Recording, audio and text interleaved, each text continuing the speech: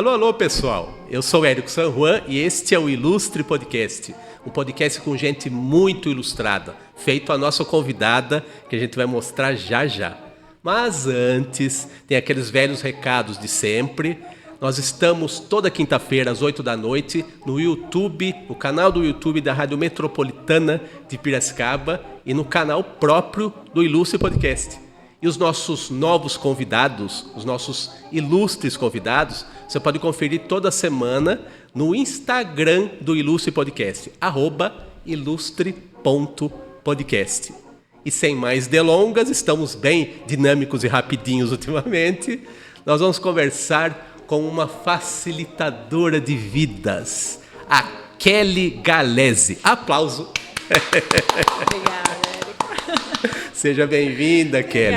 Obrigada, muito obrigada. Muito bem. Eu estou fazendo umas apresentações assim mais sucintas para dar a chance do convidado da vez, você é convidado da vez, se identificar, digamos, mais formalmente. Então, dá sua ficha aí para o nosso ilustre espectador. Não precisa ser tudo, não. A ficha boa. Claro. Bom, eu sou, como você disse, uma facilitadora de transições de vida, na verdade. Boa. Ajuda as pessoas... Esqueci uma palavrinha, mas você está aqui para me lembrar. Ajuda as pessoas em fazerem transições em sua vida. Eu acho que isso vem de uma dinâmica já da minha vida, de muito tempo, de gostar de mudanças, de ser inquieta, de ser sempre experimentadora do novo. E isso precisa de coragem para isso, né, Kelly? Muita coragem. Às vezes a gente nem se dá conta que a gente tem um perfil de um jeito ou de outro, né? Talvez não perceba, mas aí você vê lá no seu final de dia, lá, aquele balanço do dia que a gente faz com a gente mesmo, né? Fala, minha nossa, cada coisa que eu enfrento, né? Com certeza. Acho que essa é uma palavra, posso dizer que é uma palavra guia do meu caminho. Que beleza. Não que o medo não esteja presente, a gente sempre fala isso também, falo muito para as pessoas que estão comigo, o medo sempre vai estar lá e ele precisa estar, porque ele é como se fosse o guarda-reio, sabe? Da sua jornada, ele vai te dar os limites ali. Mas o medo, acho que talvez a diferença, eu me intrometendo na sua seara aqui, né? O palpiteiro, né? Mas eu acho que uma das diferenças dos corajosos para os nem tanto é que a gente prefere, os medrosos, digamos assim, eles preferem ignorar o medo. Aí quando vem, não está preparado para enfrentar, né? Sim, é mais ou menos então aí isso. Não é ignorar, é você saber que existe e lidar com isso, né? Não se deixar paralisar, né? É isso aí. Se você conhece seus medos, você não deixa que o seu medo te paralise. É bem nesse sentido. Muito bem. E já que estamos diante de uma pessoa dinâmica, que não se paralisa com tanta facilidade, vamos para o primeiro slide, Danilo. Nosso primeiro slide, você vai notar que nós guiamos a conversa aqui por algumas hashtags que são indicativos aí da sua trajetória, né? Sim. Então, todo mundo começa com a família, evidentemente, né? Então, conta aí da sua família, qual que é a árvore genealógica aí da Kelly Galese? Eu venho de uma família do interior, Piracicaba, muito, vamos dizer, tradicional. E eu acho que isso foi, inclusive, um dos impulsos na minha vida, porque eu fui meio que a neta, a filha, acho que já, 3 gerações que eu fui quebrando. Então você é a revolucionária da família. Isso foi acho que foi um primeiro ato de coragem ali, sabe? Da primeira mulher não, eu sou solteira e não quero ter relacionamento por muito tempo. Não, eu quero ir trabalhar na capital. Não, eu quero morar no exterior. Eu vou pôr a tudo mochila ao nas contrário? costas. Que isso? Eu vou pôr a mochila nas costas e vou rodar o mundo. Eu não quero filho com 20 e poucos anos. Enfim, então acho que isso... E óbvio, ter a receptividade deles também. E hoje, eu digo assim, toda a minha vida, minha família é suporte e é um dos valores que eu tenho. Claro. Tanto é que estou aqui sempre, apesar de morar longe. Onde você mora? Perdão. Hoje eu estou na Califórnia, Estados Unidos. Tá. E, na verdade, estou aqui de passagem para as festas de final de ano. E veio para o nosso podcast. Que beleza. Não, eu tenho muitas parcerias pelo Brasil ainda, então que legal. venho por aqui. Mas... E tenho também pai empreendedor. Então, Olha. isso foi uma coisa que também foi um exemplo de vida para mim. Olhar para ele, se realizar com o trabalho dele, entender Então o quanto não era uma família completamente tradicional no sentido de deixa ficar quietinho lá no cantinho, acho né? que nesse sentido não. Empreendedor, no sentido de batalhador, de conquistar as coisas. O seu pai já tem um perfil que já... Ajudou a inspirar um pouquinho. Que beleza. Sim. E a sua mãe? A minha mãe sempre foi, acho que o meu...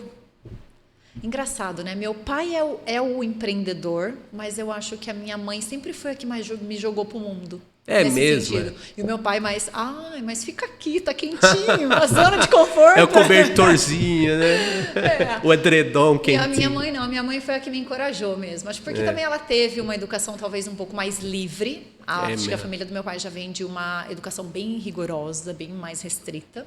Então ela já deu mais asas, assim, sabe? Para mim e para o meu irmão na época, quando éramos pequenos.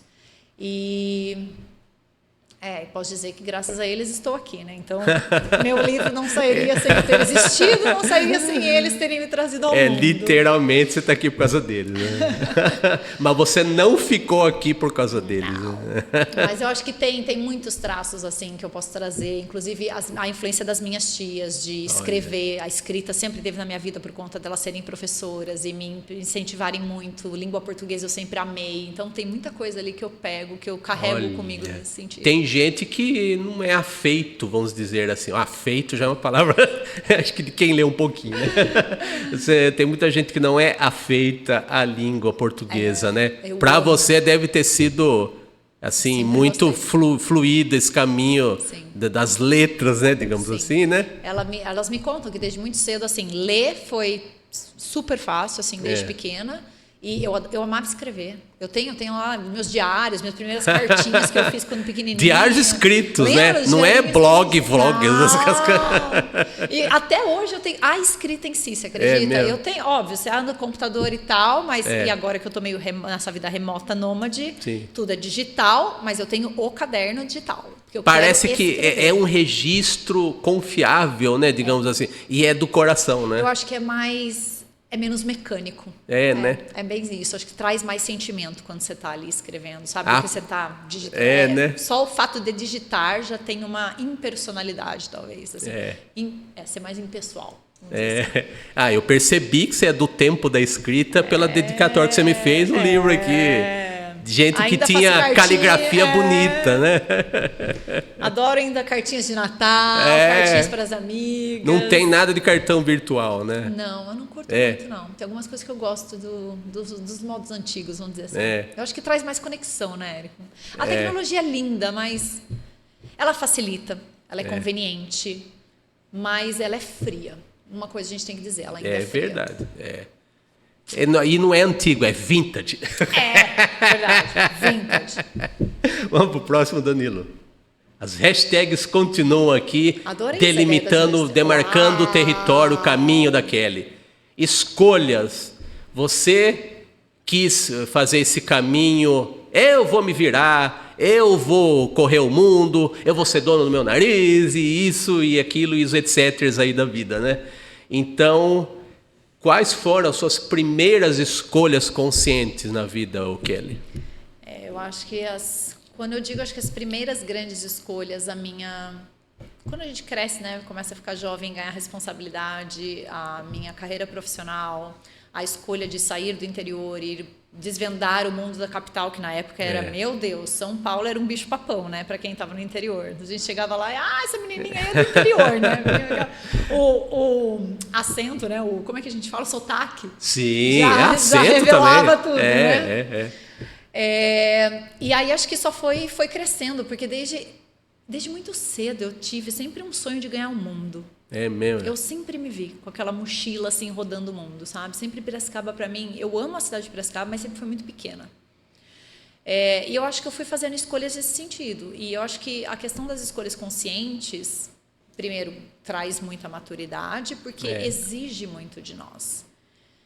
Todo mundo acha, quando olha, eu acho que as pessoas olham elas gostam, elas querem, elas desejam, mas elas não entendem o preço que se paga para isso. Porque as escolhas conscientes também têm o preço a se pagar por elas. É que assim, eu tenho impressão assim, ó, o pitaqueiro de novo, né? Eu tenho impressão que as escolhas são vendidas pra gente de uma maneira equivocada, pelos extremos. Ou você vai só se ferrar, ou você só vai se beneficiar, né? Sim. O ônus e o bônus, eles não têm um equilíbrio. Olha, você vai ter benefício, mas você vai ter que batalhar bastante, né? Por isso, né? E eu acho que tem uma questão de também, desde muito cedo, gerações passadas talvez fizeram escolhas. Quando a gente é criança, os pais tentam fazer escolhas, tentam ajudar a gente. Quando a gente é jovem, eles tentam ainda fazer escolhas. Até quando a gente é adulto, né? Eles querem fazer algumas escolhas por nós. E não fazem por mal, fazem porque eles acham que eles estão ajudando. É zelo, mas né? não necessariamente nos ajuda. Porque muita gente hoje, a dificuldade que eu tenho quando pessoas chegam para mim, por exemplo, num momento de transição, é fazer a dificuldade de fazer escolhas por si só. Porque as escolhas são de outros, né? Fazendo escolhas por elas. E aí você cai num mundo onde hoje as escolhas, vamos dizer, são quase infinitas, que eu diria infinitas, porque o que há de escolhas hoje para fazer é absurdo. Minha nossa. A pessoa se sente totalmente perdida. Não é a falta de escolhas, porque muita gente acha que é a falta de escolha, não necessariamente. É justamente o ato de fazer a escolha que é a dificuldade. Não, é curioso, né? Eu sempre uso assim a metáfora, né, do supermercado, né? Minha mãe manda lá, vai comprar leite longa-vida. Aí você vai na prateleira, tem leite longa-vida desnatado. 3 horas você escolheu leite. Leite, como é que chama aquele... desnatado. Desnatado, sem lactose. Isso, sem lactose. Menos gordura. Desnatado, sem lactose. Não sei quantos % de gordura. Falei, minha nossa. Aí eu sempre falo assim, pelo amor de Deus, seja mais específica. Porque você vai comprar um achocolatado, para não falar marca, né? Tem 20 opções de tudo. A gente que, de repente, fez sempre as mesmas escolhas nesse sentido, a gente, às vezes, que tem mais traquejo, digamos assim, a gente se sente perdido também, né? Sim. Imagina quem tem esse leque aberto, né? Quase que parece infinito, para você se localizar em alguma coisa, né? E aí vem, né? Escolhas conscientes só vêm para pessoas que de fato se conhecem muito bem, porque daí você sabe de fato o que escolher que é bom para você, não para os outros. Porque aí naquele montante de escolhas, onde você foi podado muitas vezes de fazer suas próprias escolhas, os outros fizeram por você, é muito mais fácil você ir na escolha dos outros e seguir o que os outros estão escolhendo. Aí só que você vai trilhar o mesmo caminho. Só que o fácil, né, vira um problema depois, né? Uma lombada gigante no caminho. Dá aquele pulo que destronca o cérebro, né? É complicado. E vamos aqui para o próximo slide, Danilo. Olha aí. Tá aí, já estão chegando aqui. A diferença das escolhas. Não é? Para tudo tem o ônus e o bônus, né? E conta pra gente que está no seu livro o momento a situação limite ou as situações limite que te fizeram tá trilhando um caminho e de repente, não mais que de repente, né? Você dá uma tropeçada. Meu Deus, o que é isso? O que aconteceu? Às vezes a gente não entende, né, o porquê daquilo, né?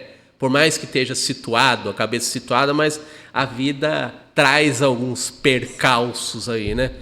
E limites, apesar de a gente não querer talvez muitas vezes ter limites, né? E não, de ser difícil de engolir, de aceitar os limites, eles são essenciais. Essenciais. Por isso que eu falo, a educação desde criança a gente fala, né? Desde pequeno é mostrar para as pessoas que tudo tem limite nessa vida.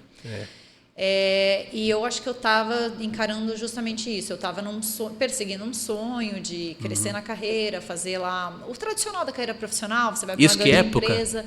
Isso estava já meados de 2015, 2016. É relativamente recente, não né? É tão, não.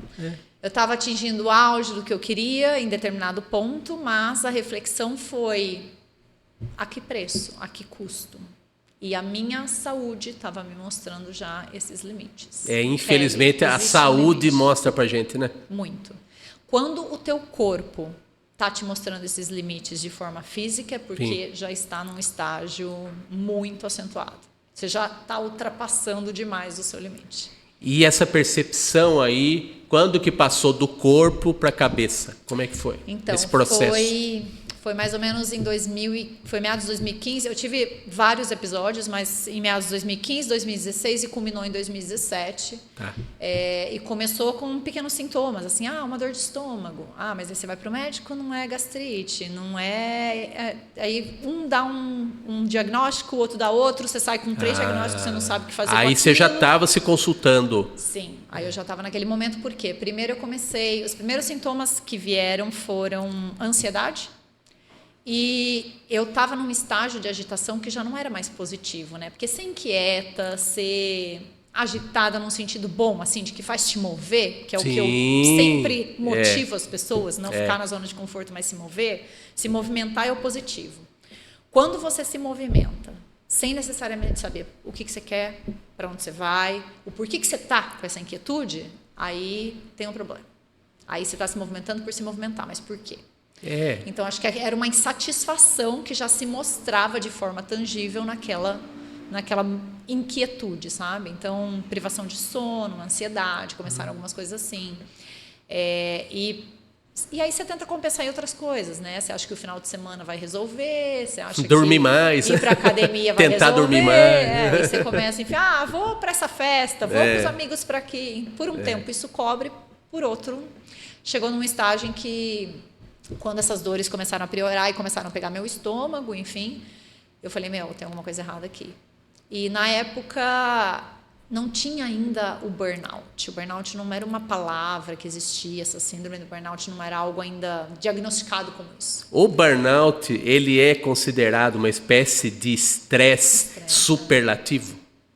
É superlativo. Eu vou dizer... Hiperlativo, sei lá. Esgotamento geral. E aí eu estava com esses sintomas, já vinha conversando há um tempo com o meu chefe, demonstrando, enfim. E acho que é toda uma cadência, né, Érico? Porque às vezes também isso foi um aprendizado que eu fui... no momento que isso aconteceu, eu não tinha noção daquilo, né? Sim. Porque no momento acho que você está com todos esses sintomas, mas isso só mostra que o problema está aqui dentro, né? Enquanto você não tratar aqui dentro, fora não vai reverberar também. Então, depois que eu dei o stop, precisei olhar para dentro, voltar, aí que as fichas começaram a cair.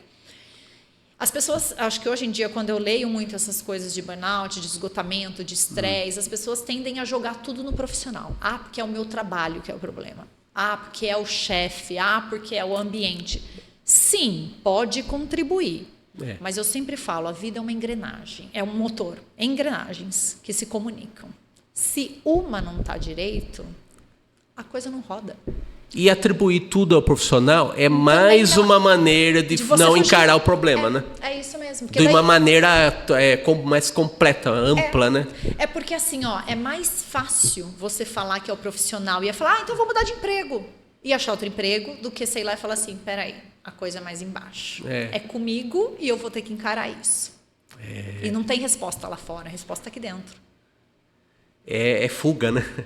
É um caminho muito cômodo até. São o que eu chamo de respostas rápidas, que são caminhos curtos. As pessoas querem, hoje em dia, na nossa sociedade, a gente quer tudo resposta. É o Google, né? Tá aí, segundos eu quero a minha resposta. É tudo muito assim. Os algoritmos. Instantâneo. A gente tá numa... como é que eles chamam? A geração miojo, né?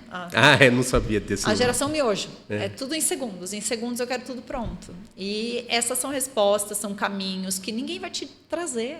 Você tem que ir lá buscar. Se fosse miojo na panela, né? Agora é no micro-ondas. É mais rápido ainda. Mas o que é interessante é que limites me levaram à superação. Porque daí, quando eu achei que eu estava no meu limite, fiz a transição que eu precisava e fui conhecer uma outra versão da Kelly que eu nem imaginava. Olha, eu imagino também que você deva ter se surpreendido bastante, né? Muito. E aí a superação com muitas coisas, né? Porque daí você encara muita coisa dentro de você e você tem que falar, beleza, daqui esse bicho que eu preciso domar. A Sherlock Holmes de si própria. Gostei dessa. Muito bem. E você estava em que caminho profissional nesse momento? O que você estava fazendo? Eu estava trabalhando com uma iniciativa de Corporate Venture Capital na época, que é como se fosse uma grande empresa querendo inovar mas para inovar ela tem uma dificuldade de inovar dentro da empresa, porque já são processos, produtos, mindset, mentalidade muito sedimentada. Então ela vai para o mercado. Naquele momento, a primeira vez que eu fui nos Estados Unidos eu fui para o Vale do Silício justamente para ir em busca do mindset das startups que estava surgindo naquela época. Já. E aí, essa iniciativa de Corporate Venture que eu estava tocando, ela aproxima essas startups, essas pequenas empresas, das grandes empresas, para tentar trazer inovação para dentro de casa. Não, sabe o que é curioso, né? Você passa por um processo aí desse profundo estresse e você estava buscando um caminho de inovação também, né? Sim, total. Você estava tentando quebrar, romper paradigmas, né? Mas ao mesmo tempo você não estava legal, né? E é isso que depois o trabalho desse mergulho interno que a gente faz me fez perceber, porque essa é uma esfera da Kelly. A gente acabou de falar da minha família, quebrando paradigmas. Né? Eu comecei já desde muito pequena, sabe? Então, onde eu tô, eu vou lá e quebro. Minha profissão, se você ver todos os lugares que eu passei, sempre foi assim. A característica que eu comecei em comunicação, me formei em publicidade e propaganda. Sim. Só que sempre trabalhei com comunicação e logo caí na área de inovação, quando a inovação ainda nem existia no Brasil. Então 2007. você não tem o perfil, por exemplo, de uma profissional convencional, digamos assim, de trabalhar numa agência de publicidade ou ser, sei lá, repórter de um jornal, sabe? Eu sempre busquei o diferente, Érico. Sempre. Tanto é que eu caí na área de inovação, caí mesmo de paraquedas, porque eu não tinha nem expertise. Naquela época não existia, não se formava, não tinha curso de inovação. Sim. Era 2007, 2008. Pouco se falava disso no Brasil ainda. E eles estavam recrutando pessoas mais pela mentalidade, pelo jeito de trabalhar. E eu estava em comunicação, fazendo projetos esquisitos na área de comunicação. Define esquisito. Projetos assim, que as pessoas olhavam e falavam, mas será que isso vai dar certo? Não sei, vamos tentar. Se a gente não tentar, a gente nunca vai saber. Olha isso.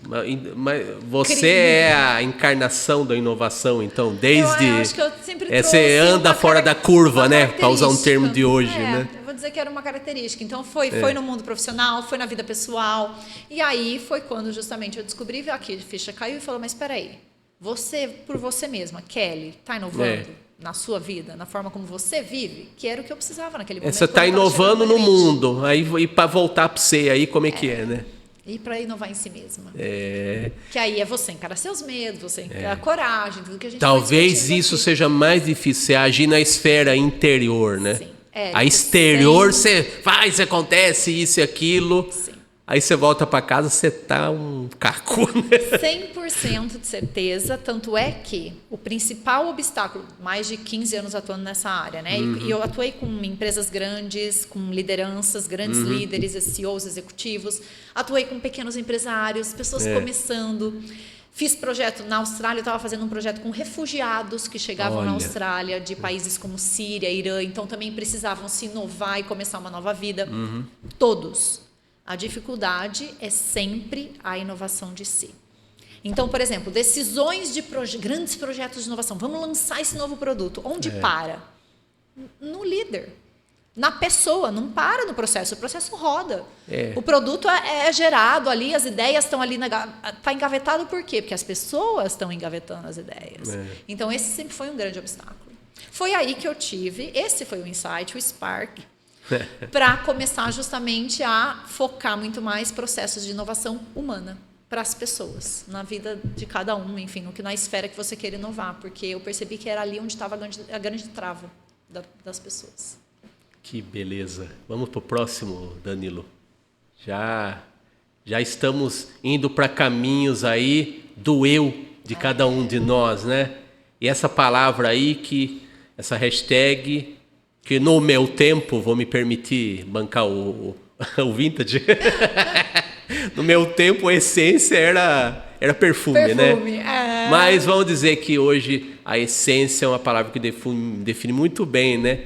O perfume, a nossa essência mesmo, a nossa personalidade, o nosso modo de se portar no mundo sendo a gente mesmo, né? A essência é uma palavra muito apropriada, né, para definir esse eu que está, às vezes, oculto de nós mesmos, né? E como que você tem sentido busca aí pela sua integração aí, pela sua essência. Esse, eu acho que é cada vez mais se aproximar da essência. Acho que é uma busca que não acaba, né? Contínua. Eu comecei justamente quando eu encontrei esses limites, foi aí que eu falei, epa, o que eu preciso fazer é um trabalho muito mais interno. E aí o primeiro passo foi de resgatar essa essência, porque a gente é exposto a tanta coisa, desde pequeno, escola, família, valores, religião, educação, dogmas. Chega um momento que você não sabe mais o que é você e o que são camadas que foram sendo criadas ao longo da sua vida, né? Para ter o papel de mãe, para ter o papel de pai, para ter o papel de estudante, para ter o papel de filho, para ter o papel de profissional, para ter o papel de atuante na comunidade. São papéis. Só que em determinado momento a gente se identifica tanto com o papel que a gente se desloca da essência. E a gente assume esse papel como nossa essência. E na verdade não é. Ele é só uma função que a gente tem ali. A gente compra meio sem perceber o que vão vendendo para nós, né? E esse é o grande choque, né? Inclusive de pessoas que têm a dificuldade de fazer essa transição entre esses papéis, do tipo, como assim? Eu era uma mãe e agora meu filho não depende mais de mim e eu preciso me reinventar, porque a minha função virou 24 horas cuidar do meu filho. A hora que ele sai de casa, o que eu viro? Ela acredita que ela é mãe, só que ela não é pessoa. Ela se distanciou da essência. A mesma coisa, eu trabalho para uma empresa 10 anos, eu tenho aquele cargo, aquela profissão, eu acredito que eu sou aquilo. Aí eu sou demitido, quem eu sou? Você passa por uma crise de identidade, né? Você acha que a sua identidade é o cargo da empresa, né? É isso aí, a sua essência virou o papel. E foi essa a primeira, para entrar nesse resgate, foi essa a primeira crise que eu tive. Então, a hora que eu falei, tudo bem, é um limite, quero sair disso, quero voltar. Aí eu falei, pedi demissão. Quem é a Kelly? E como é que foi? Como é que foi para quem aceitou a sua demissão? O que eles disseram? Você é louco, essas coisas? Isso foi o que eu mais ouvi. Foi o que eu mais ouvi no começo.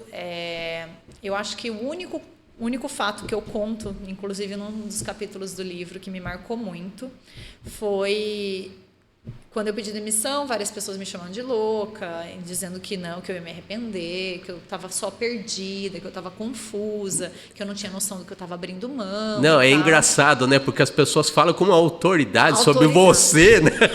É incrível. Mas é porque as pessoas compram o que está fora, né? A vitrine do que a gente mostra, elas não sabem o que está acontecendo dentro, né?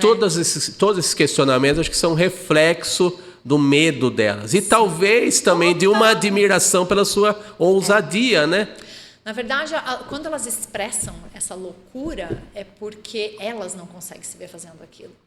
A pessoa ela admira, justamente. Só que ela, gente, mas como assim? Não. Ela não quer nem que o outro faça, porque daí ela não começa nem a se questionar que um dia ela pode fazer aquilo, porque ela não quer. É que é também confortável você estar, vou usar muitas aspas, integrado a uma comunidade, né? Um grupo, né? Todo mundo é parecido, eu estou seguro no meio desse povo todo aqui, né?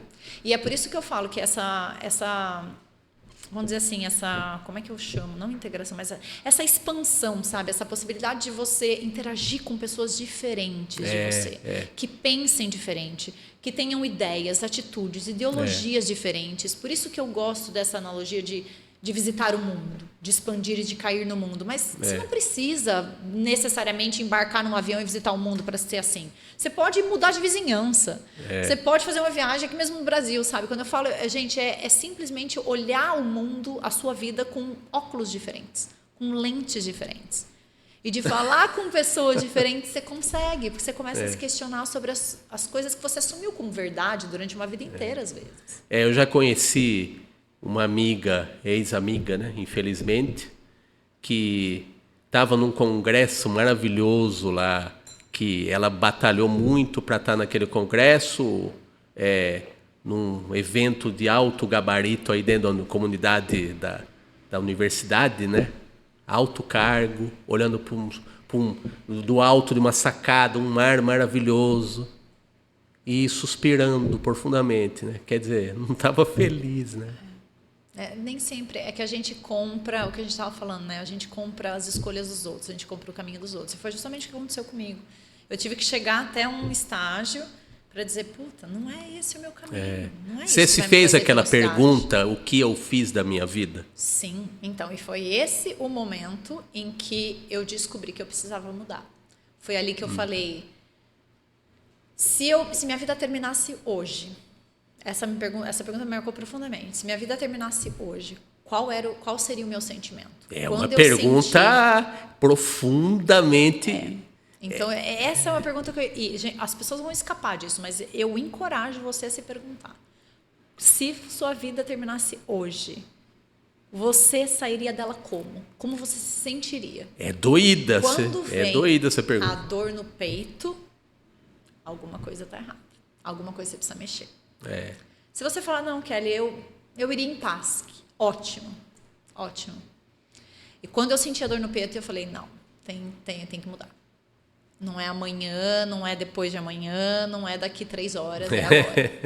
Chega um momento que procrastinar, acho que aí não vale, né? Esse verbo aí tem que sumir, né? E de novo, escolhas, né? São escolhas. Tem muita gente que escolhe ficar no mesmo lugar. E tudo bem, não está errado, são escolhas. É que às vezes essas pessoas aí agem que nem fica buzinando na cabeça de gente que nem a Kelly, né? Como assim, né? Ah, não tem que fazer isso e aquilo e aquilo outro, né? Aquela buzina das pessoas. Eu gosto muito da analogia que eu falo. Imagina que sua vida é um livro, né? Você recebeu ali folhas em branco para escrever o que você quiser naquele livro. Então, faça as escolhas que você tem que fazer. Escreva um livro que você gostaria de ler, aquele que você teria tesão, sabe? Vontade de ler. E eu sempre fui inspirada pelo meu avô, na verdade. Quando a gente falou da família, essa também foi uma... que ele é para mim, um exemplo de contador de histórias. É aquele que reúne a família em volta, sabe? A família adora ouvir as histórias, tantas histórias que ele tem. Qual a história dele, em resumo, assim? Ele foi motorista de ônibus durante muito tempo e fazia muito trecho Piracicaba, São Paulo. Então, ele conta muitas coisas. E pescador. Então, você já pode imaginar as histórias que saem dali. E ele sempre, enfim, a família ao redor dele ali, aquela cena, sabe? Sempre ficou gravada em mim, nesse sentido. E eu falava desde pequena, eu quero ser uma pessoa que tem muita história para contar. Olha, e é interessante, né? Que você, geograficamente, você foi mais longe que ele. É verdade. Mas a atitude é a mesma, né? Total. Independente, né? Acho que aí a geografia, enfim, o limite você escolhe, mas você pode ser dentro de um limite, você pode ter esses caráteres, ter essa atitude inovadora de repensar, de questionar, de fazer do seu jeito, de achar a sua essência e conseguir trazer ela para o mundo. Eu acho interessante assim, né? Você identificar os limites para você seguir em frente, mas você alargar os limites também, né? Então Eles estão ali só para te sinalizar o que faz bem e o que não faz. Nossa, cutucadinha, né? Vamos pro próximo, Danilo. Já percorremos aqui um grande horizonte aí da Kelly Gallese e futuro, eu acho que é a hashtag mais desafiadora, né? Talvez para alguns talvez não exista essa noção de futuro porque o presente está sempre ali na nossa cara, né? Então... E para mim acho que foi o contrário. Mesmo? É interessante, porque toda a minha trajetória, principalmente profissional, essa inquietude me levou muito a pensar no futuro. Então, eu era desafiada, nessa frente de inovação, eu sempre fui muito desafiada a pensar, Kelly, você está fazendo estratégia para 5, 10 anos. Pensa nos produtos dos próximos 3 anos, dos serviços, qual vai ser a empresa, qual vai ser a marca. Muito à frente do seu tempo. O que o consumidor vai querer daqui 5 anos, né? Deixando os gestores loucos. E por um lado é bonito, porque acho que inspira, né, as pessoas pensar e ver a possibilidade de que aquilo pode ser real. Sim. Mas, por outro, te deixa eu acho que a ansiedade vem um pouco disso, né? E aí eu acabei, por algum momento, me deslocando muito do presente. E deixando de viver o presente para viver muito no futuro. Esse foi uma das, vamos dizer, armadilhas que eu caí, sabe? E nesse resgate da minha essência, eu precisei voltar para o presente. Porque senão, a dificuldade que a gente tem a gente sempre está esperando o futuro, o que a gente pode, o que a gente quer. E a gente esquece do que a gente está fazendo hoje. Sim. Só que aí isso é tão grande, essa necessidade é tão grande, que mesmo quando você alcança aquilo que estava no seu futuro e virou presente, você nem reconhece. E você já quer o próximo. É uma insatisfação recorrente. A ansiedade vira algo que pode te devorar em curto prazo, inclusive, né? Você cria uma expectativa, gera ansiedade e sempre o porvir, né? Sempre. Aí no presente, Eu digo que é sempre assim, o futuro ele precisa, essa imagem de onde você quer chegar, dos sonhos, eu amo alimentar nas pessoas, porque eu acho que é isso que te move, que te inspira, que te faz imaginar que pode ser melhor, que você pode chegar onde você quer, mas é um farol. Ele não é a única luz principal do seu caminho. Ele é um farol que ele ilumina para você e diz, olha, você pode chegar lá. Mas o caminho se faz no dia a dia, se faz no presente. É ali que vem a direção. E talvez você não acha que, de repente, a ansiedade dos inovadores faz você perder a percepção das chamadas pequenas coisas? Pequenos detalhes. Porque o processo é válido, né? Muito válido, né? Vai ter um ponto de chegada em muitas situações, né? Mas aquele processo, às vezes, a gente perde o prumo disso, né? E é quando as pessoas costumam valorizar muito, Érico, somente o resultado. E aí... Quantas vezes você já ouviu na vida essa palavra resultado? Nem me fala. E aí, às vezes, nem a que custo precisa para se chegar nesse resultado no hoje. E hoje eu sou muito mais... A filosofia que eu uso, inclusive com os meus clientes, o caminhar precisa fazer sentido para você. Não adianta você querer ser o CEO, inovador, empresário, se hoje você está sofrendo para chegar lá. Então, esse caminho talvez não faça sentido para você. Não é porque fez para várias pessoas que vai fazer para você. Talvez o seu caminho é diferente. Ou tem, mas talvez o seu caminho não é 3 anos, é 6 anos, exatamente. é 8 anos, porque você quer outro movimento na sua vida. O bom do autoconhecimento é isso, né? Que cada um identifica o seu próprio caminho, a sua marcha e a velocidade, né? É isso mesmo, os seus limites, como você quer caminhar, tudo isso pode mudar. Você pode chegar lá, mas talvez não do mesmo jeito. Você tem o seu jeito de chegar lá. Para isso, autoconhecimento. Entre outras coisas, né? E acho que essa palavra é muito ligada também com a realização, né? Porque futuro a gente fala, é esse farol, mas você precisa ter certeza que é aquilo que te realiza, não que você está querendo copiar o futuro do outro, né? Que é o que a gente já veio discutindo aqui. Então, saber o que te realiza é, de novo, voltar para a essência, voltar para o autoconhecimento, para você ter certeza que você está caminhando para a direção certa. Você não precisa ter certeza do caminho. O caminho você vai aprendendo, você vai cair, vai ter um buraco, 2 buracos, 3 buracos, você vai aprender, faz parte. Mas para você ter certeza que pelo menos a direção que você está indo é aquela que você quer. É difícil, mas não é impossível. Nada. Não. Próximo, Danilo. Não tem missão impossível aqui. Nunca. Depois do futuro, temos a trajetória nas letras expressa numa obra aí que é autobiográfica, que é instrutiva, que é inspiradora e que é a cara da Kelly Gallese. Você contou muito disso aqui no podcast, mas da obra em si, fala para nós.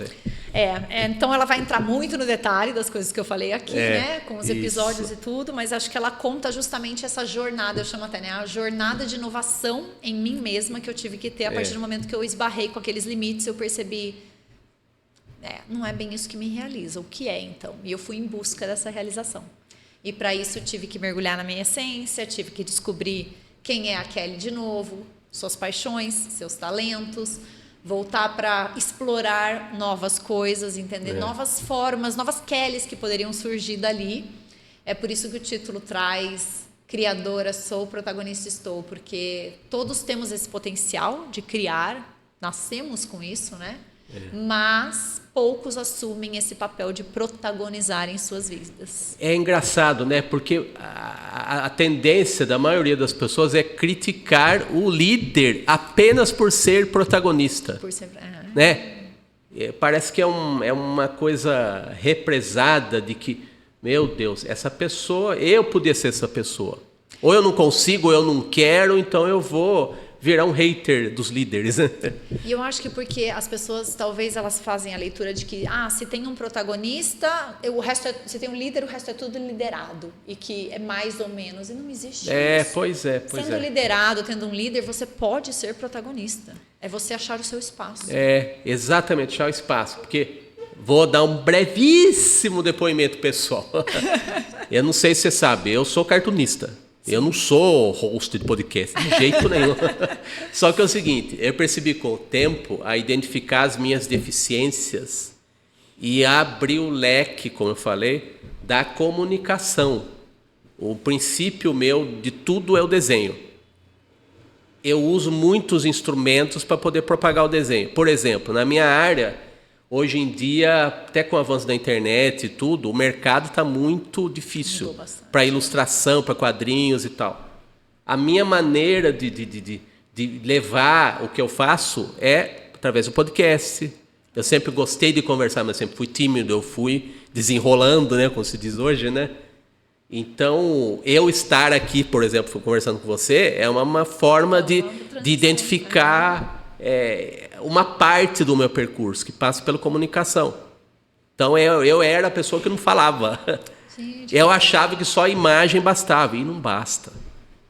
Então, é uma maneira, por exemplo, eu tenho lá num programa lá em São Paulo, lá um programa de entrevista no YouTube, que eu tenho um quadro que chama-se Caricatura Também é Cultura, que eu apresento perfis de caricatura, de personalidades, né, da cultura das artes, e no final eu coloco uma citação da pessoa durante a vida dela e a caricatura.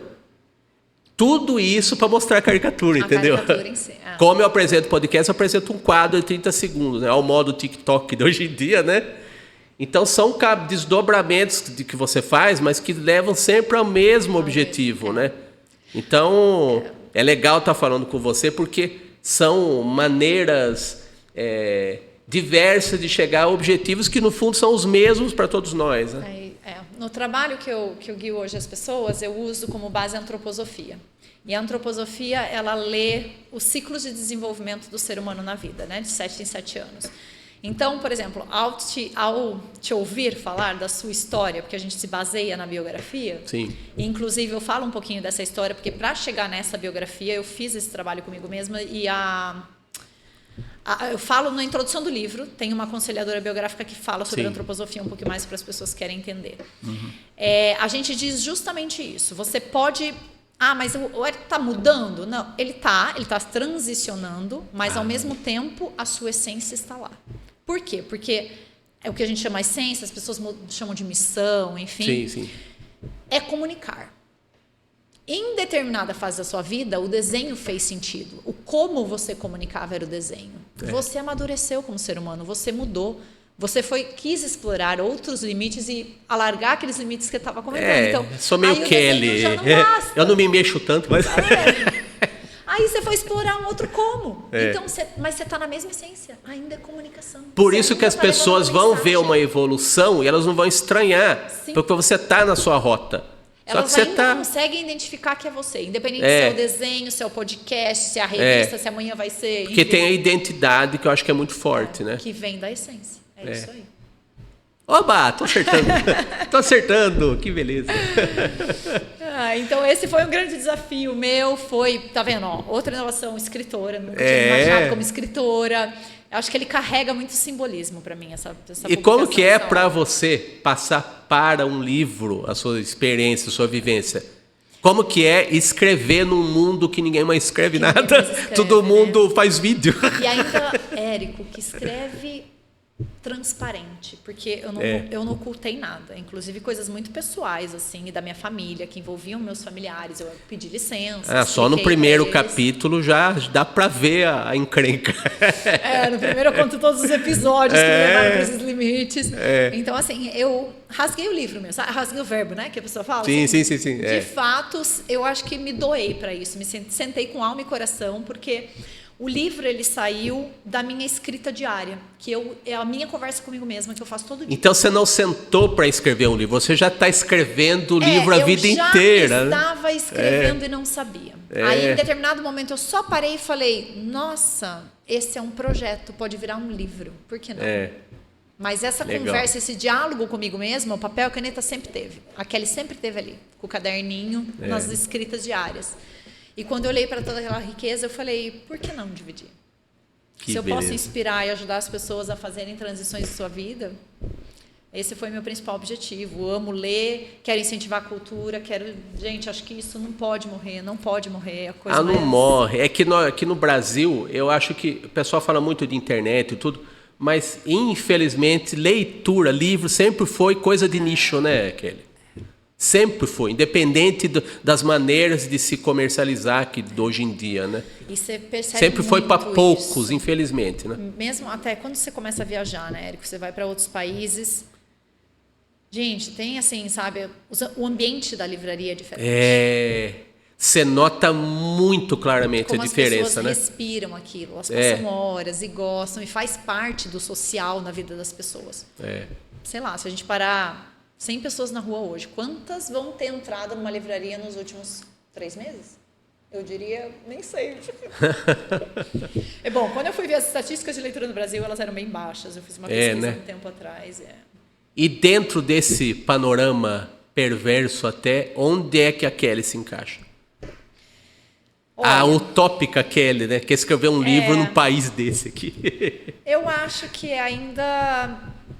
De novo, eu volto para a essência, e eu acho que isso faz parte da minha essência, então acho que aqui tem um pouco de mostrar o que é a Kelly mesmo. Sim. Tanto é que eu fui reticente no lançamento do digital, mas tomei essa decisão por conta de estratégia, por conta da editora que me ajudou na época. Ela falou, Kelly, não tem como hoje a gente falar de um lançamento somente físico. Mas você foi reticente, resistente mesmo, né? É porque a gente... Eu imagino que a gente seja da mesma geração, assim. A geração que dá muito valor pro livro. E às vezes a gente acha que o digital é uma coisa meio vulgar até, né? E pode ser, enfim, acho que é uma coisa bem pessoal. Eu até converso muito com meu círculo de amizades mesmo, e eu pergunto, gente, como é que tá o hábito de leitura para vocês no digital, né? Muita gente conseguiu mudar e hoje faz lá... Enfim, independente do que usa, né, do dispositivo, muita gente lê a mesma quantidade de livros, do mesmo jeito, interage com o mesmo jeito. Eu ainda confesso que eu sou amante do livro físico. E eu tenho essa dificuldade hoje porque, não tendo um lar fixo, eu não consigo ter mais a minha estante maravilhosa de livros. Quando eu deixei o Brasil, eu abri mão disso. E foi uma dor no começo para mim. E o desapego estava lá já, sabe, como parte. Mas o livro teve aquele gostinho assim de... Eu falei, não, tudo bem, é compartilhar conhecimento, deixa aí. Tanto é que hoje eu compro o livro, eu leio, eu sei que eu não vou poder carregar na mala e eu já passo para alguém. Você sabe que é uma atitude legal. Primeiro que indica, acho que uma maturidade no sentido... Algo que a maturidade traz, que eu suponho que seja desapego. Desapego. Isso eu trabalhei muito quando eu mudei meu estilo de vida. Decidi não ter mais casa. Eu vivia com meu carro e uma mala... Ali, para mim, muita coisa eu tive que desapegar. E também deve ter o batalhão que fica buzinando na sua orelha, né? Como você não tem casa? Você não... Isso é bonito de ver, porque lá fora o que mais você vê quando você está andando nas ruas, na frente das casas, as estantinhas cheias de livro, das pessoas doando, e quem passar na rua e se interessar por uma, só pega ali. Impressionante, né? Isso assim, você vê muito hoje em dia, No Brasil, acho que eu vi poucas vezes, talvez, isso. Aí já mostra, né? A cultura, o quanto a leitura faz parte. Sim. Eu acho que é uma coisa que vem da família, eu não diria que é só a escola, sabe? Acho que a escola ajuda, então hoje a gente tem escolas que incentivem a leitura e não o decoreba, na minha época era muito disso, né? De você gravar as coisas, não de fato ler, entender e tal. Então, acho que mais vem antes até, sabe? Então, por exemplo, hoje eu tenho as minhas sobrinhas, os meus primos, eu sou a que mais dá livro para eles, na família. E a minha família não é muito de ler. Tirando as minhas tias professoras, meu pai e minha mãe não são muito. Foi uma curiosidade foi uma vontade Kelly, assim, sabe? De se enfiar num dos livros, né? Eu acho que livro dá asas à imaginação, né? E a Kelly guarda o próprio livro na mochila, na mala ou no carro, onde for? É o único. Esse é o único que hoje eu posso falar pra você que né, esse eu carrego, porque eu sempre tenho que estar mostrando, né? Afinal, é um filhinho. É meu filho. Mas esse aqui... Esse é seu. É meu. Esse é meu. Vamos pro próximo, Danilo? Já estamos nos finalmente. A nossa viajante do mundo aqui, dentro do seu próprio universo aqui de referências, de ideias, de ideais, né? E a gente pode encontrar a Kelly mundo afora pelo mundo virtual no Instagram, @Kelly com 2 L's, Y, Galese, Kelly Galese, tudo junto. Kelly, palavras finais aí para motivar, para incentivar, para dar aquele sopro de incentivo, Bom, fala o que você quiser, né? Eu acho que a gente está no final do ano, né? E... Aliás, o nosso episódio aqui vai poucos dias antes do Natal, né? Ótimo. Então, já é uma época legal para... É um momento muito bom da gente parar para fazer aquela retrospectiva, né? Olhar para o retrovisor, ver como é que foi o ano de 2023. Então... eu acho que eu inspiro as pessoas a de fato fazerem a listinha ali do que vocês fizeram e do que acendeu o coração, de toda essa lista de coisas, porque às vezes essa lista pode estar cheia, mas não necessariamente traz realização, traz aquela, sabe, aquele orgulho, nossa, eu fiz isso, olha que bacana. Independente, se é no profissional, se é na família, se é filho, se é casamento, se é ajudar o próximo, o que for ali que esteja na sua listinha. E se você vê que essa essência, que você vê que você está muito distante dessa lista, que ela não está te inspirando tanto, incentivo que seja o momento de começar a pensar em uma transição. Porque sempre há tempo. Hoje eu tenho clientes de 70 anos mudando de vida. E devem estar felizes da vida. Então, vão ter histórias e muitas para contar. Que bom. E a gente aqui ouviu as histórias dessa querida aqui, posso chamar assim, Kelly Galese. Obrigada. A viajante pelo universo aí. Muito obrigada pelo convite, obrigada pelo espaço. Acho que, enfim, o livro já mostra, trazer minha mensagem é o que eu quero, espalhar, se eu puder, inspirar, tocar ali o coração das pessoas. Que bom. E eu posso dizer que esse podcast aqui teve uma fase meio radiofônica, né? E aí, em agosto, eu resolvi, aqui o Danilo Teles, aqui da generosidade da Rádio Metropolitana, acolheu a gente aqui em versão em vídeo. Então, eu posso dizer que uma das realizações desse ano aqui foi encontrar pessoas como você. Muito obrigado, Kelly. Obrigada. E vamos mostrar aqui, faça o seu comercial do bem aqui para a gente fechar. Ótimo. Esse é o livro, então, Criadora Para aquela câmera lá. Esse é o livro, então, Criadora Sou, Protagonista Estou. Para quem quiser adquirir, ele está disponível na versão digital, para quem já é adepto da versão digital, ele está disponível na Amazon. Para quem quer a versão física, estou em passagem no Brasil agora no final do ano, super presente. Vai com dedicatória especial. Eba. É só ir lá no Instagram, Kelly Galese, e você pode fazer a compra por lá. Muito bem. Agora devolve. Esse é seu. Já ganhou o presente de Natal. Que bom, muito bom. Muito obrigado, Kelly Galese. É isso aí, pessoal. Chegamos ao fim de mais um episódio com mais uma ilustre convidada aqui, a Kelly Galese. E eu sou o Érico San Juan, já falei no começo, né? Para quem esqueceu, eu falo de novo. Estamos aqui com mais um episódio, encerrando mais um episódio do Ilustre Podcast na sua Rádio Metropolitana de Piracicaba. Estamos toda quinta-feira no canal do YouTube da Rádio Metropolitana de Piracicaba e também no canal próprio do Ilustre Podcast. A nossa agenda semanal com novos convidados você vê no @ilustre.podcast. Toda semana tem gente ilustre aqui como a Kelly. E vamos continuar aqui quintas-feiras, nas próximas quinta-feiras, sempre com gente diferente, gente de muita bagagem, gente ilustre como sempre. E é isso aí, até a próxima quinta-feira. Tchau, tchau.